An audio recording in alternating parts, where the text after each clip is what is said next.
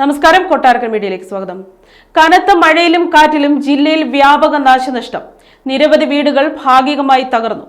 ജില്ലയിലെ പുഴകൾ കവിഞ്ഞൊഴുകുകയാണ്. കക്കയം ഡാമിൽ ജലനിരപ്പ് ഉയർന്നതിനെ തുടർന്ന് ആദ്യ മുന്നറിയിപ്പായ ബ്ലൂ അലർട്ട് പ്രഖ്യാപിച്ചു. കുറ്റ്യാടി പുഴയുടെ തീരങ്ങളിലുള്ളവർക്ക് ജാഗ്രതാ നിർദ്ദേശം നൽകിയിട്ടുണ്ട്. മലയോര മേഖലകളിലാണ് കനത്ത മഴയിലും കാറ്റിലും വ്യാപക നാശനഷ്ടമുണ്ടായത്. കുറ്റ്യാടി, വിലങ്ങാട്, പൂനൂർ, മുക്കം പുഴകൾ കവിഞ്ഞൊഴുകുകയാണ്. താഴ്ന്ന പ്രദേശങ്ങൾ വെള്ളത്തിനടിയിലാണ്. വിലങ്ങാട് പുഴയിൽ മലവെള്ളപ്പാച്ചിലിൽ പാലത്തിൽ വെള്ളം കയറി. വിലങ്ങാട് ടൗണിലും വെള്ളം കയറിയിട്ടുണ്ട്. പാറക്കടവ് പാലത്തിൽ വെള്ളം കയറിയതിനെ തുടർന്ന് സ്കൂൾ ബസ് വഴിയിൽ കുടുങ്ങി. 25ഓളം കുട്ടികളെ സുരക്ഷിതരായി മാറ്റി. കോഴിക്കോട് കാപ്പാട് കാറ്റിൽ മരങ്ങൾ കടപുഴകി വീണു. വൈദ്യുതി പോസ്റ്റുകൾ തകർന്നു. കൊയിലാണ്ടി വെറ്റിലപ്പാറയിൽ തെങ്ങ് പിഴുതു വീണ് ഇലക്ട്രിസിറ്റി ലൈനിൽ തട്ടി കനാലിൽ പതിച്ചു.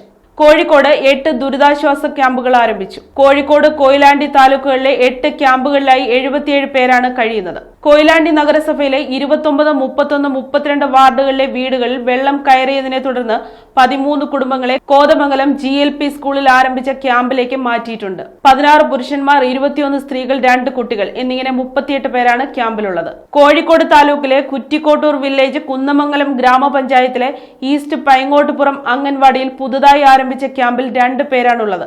ഇതുൾപ്പെടെ കോഴിക്കോട് താലൂക്കിൽ നിലവിലുള്ള 6 ക്യാമ്പുകളിൽ 11 കുടുംബങ്ങളിൽ നിന്നായി 38 പേരുണ്ട്. പൈങ്ങോട്ടുകാവ് വില്ലേജിൽ വീടുകളിൽ വെള്ളം കയറിയതിനെ തുടർന്ന് 20 കുടുംബങ്ങളെയും, താമരശ്ശേരി പനങ്ങാട് പുഴയിൽ വെള്ളം കയറിയതിനെ തുടർന്ന് 11 കുടുംബങ്ങളെയും, കുറ്റ്യാടി പുഴയിൽ വെള്ളം കയറിയതിനെ തുടർന്ന് 7 കുടുംബങ്ങളെയും ബന്ധുവീടുകളിലേക്ക് മാറ്റി.